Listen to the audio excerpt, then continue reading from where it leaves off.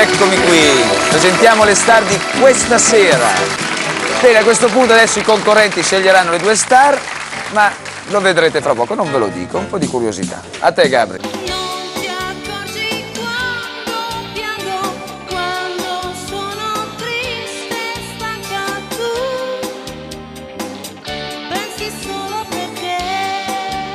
Benvenuti in Storie dalla soffitta, cinema, tv, ricordi. Se ancora non lo avete fatto iscrivetevi al canale, ci vediamo in soffitta! Mettetevi comodi, perché oggi si parla di una presenza che, diciamolo subito, non passava inosservata nemmeno per sbaglio. Una di quelle che entravano in scena. E zac, occhi puntati, respiro trattenuto. Parliamo della magnetica, elegante, irresistibile Gabriella Lunghi. E fate una cosa prima di iniziare il viaggio.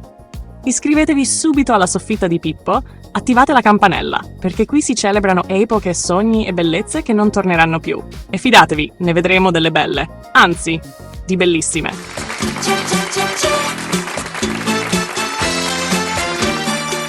Gabri, hai presente un musical? Sì? Ti piacerebbe lavorare con me in un musical? Sì. Dai, ci ho trovato un regista, ho trovato uno sponsor, ho Ah, trovato sì? tutto. Anche il teatro ho trovato, Che Gabriella. bello. Senti, tu sai cantare, sei una cantante Sì. professionista, no? Sì. Dammi un do di petto. Do, Un re? re. Ecco, poi però mi serve anche che tu sappia ballare. Fammi vedere, non so, un po' di tip tap, dai. Ta. Ta. Benissimo. Fammi una spaccata. Gabriella, presentami le concorrenti che è meglio, guarda, va. Sì. Gabriella nasce a Londra il 23 settembre 1962. Un inizio internazionale già affascinante di suo, ma è in Italia, a Milano, che il suo destino prende forma. E che forma verrebbe da dire? Perché Gabriella non è solo bella, è una di quelle donne che hanno presenza, di quelle che non hanno bisogno di esagerare per farsi notare. Basta uno sguardo e il gioco è fatto. E infatti il debutto arriva presto. A soli 22 anni entra nel mondo della musica con un brano che già dal titolo profuma di estate, mare e notti infinite. Acapulco Nights. Ora, chi ama le sonorità anni 80 lo sa, quel mix di ritmo, leggerezza e atmosfera un po' sognante era irresistibile. E Gabriella ci si muove dentro con una naturalezza disarmante.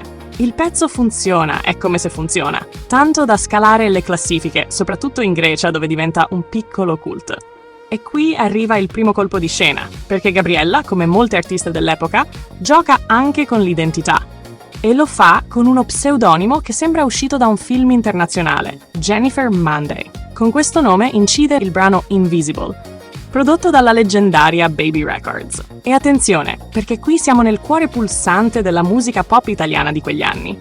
La stessa etichetta che ha lanciato artisti come Dan Harrow e la travolgente Sabrina Salerno. Insomma, non proprio gli ultimi arrivati.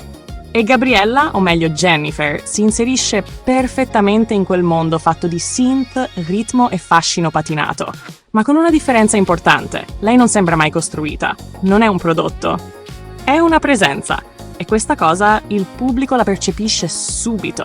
Ma la musica è solo una parte della storia. Perché la vera consacrazione che la porta nelle case degli italiani arriva con la televisione. E qui entriamo in territorio, diciamo così, leggendario.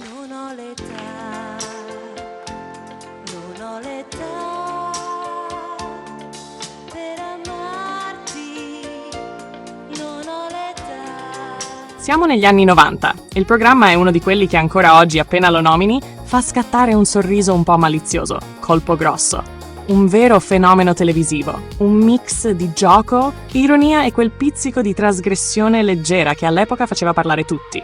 E lì, in mezzo a tutto questo, troviamo Gabriella Lunghi, affascinante, sorridente, sempre perfettamente a suo agio. Prima al fianco di Maurizia Paradiso, poi accanto a Massimo Guelfi. E diciamolo, in un contesto dove era facile scivolare nell'eccesso, Gabriella riesce a mantenere una classe tutta sua. Non forza mai, non esagera, gioca. Ma lo fa con una leggerezza che oggi sembra quasi un'arte perduta. E forse è proprio questo il suo segreto. Non è solo una presenza scenica, è un equilibrio. Tra fascino e misura. Tra seduzione e eleganza.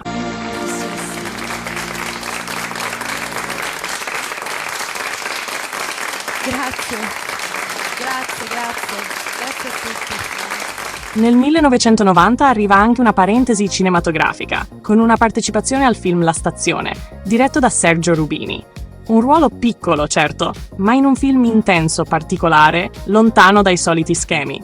E sapete una cosa? A volte basta davvero poco per lasciare il segno, soprattutto quando hai uno sguardo che la macchina da presa non dimentica.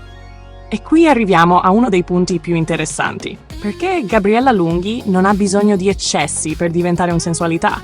La sua figura longilinea, il portamento, quel modo di muoversi sempre naturale, la rendono irresistibile senza mai risultare forzata. Non ci sono tracce di servizi fotografici per riviste patinate più spinte, ma questo non le ha impedito di entrare nell'immaginario collettivo.